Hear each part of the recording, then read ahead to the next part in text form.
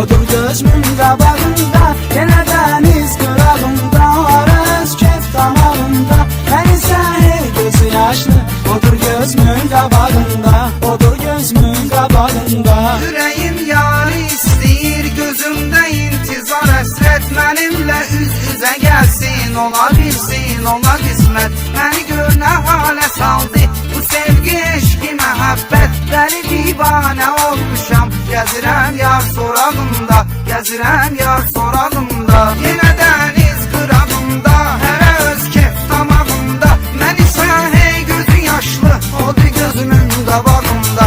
Yenə dəniz qırağında, hərə öz kef damağında. Mən isə hey gözü yaşlı, odur gözümün qabağında, odur gözümün qabağında.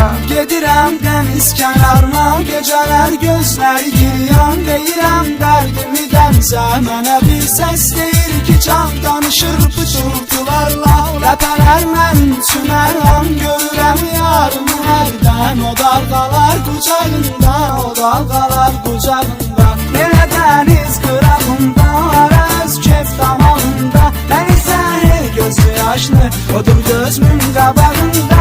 Yenə dəniz qırağında, arız kef damağında.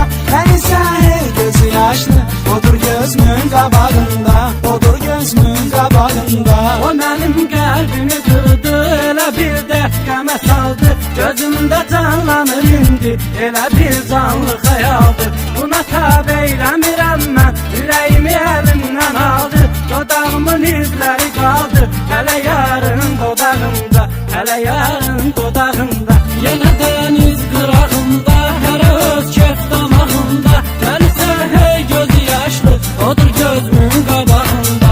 Yenə dəniz qırağında, hərə öz kef damağında. Mən isə hey gözü yaşlı, odur gözümün qabağında, odur gözümün qabağında.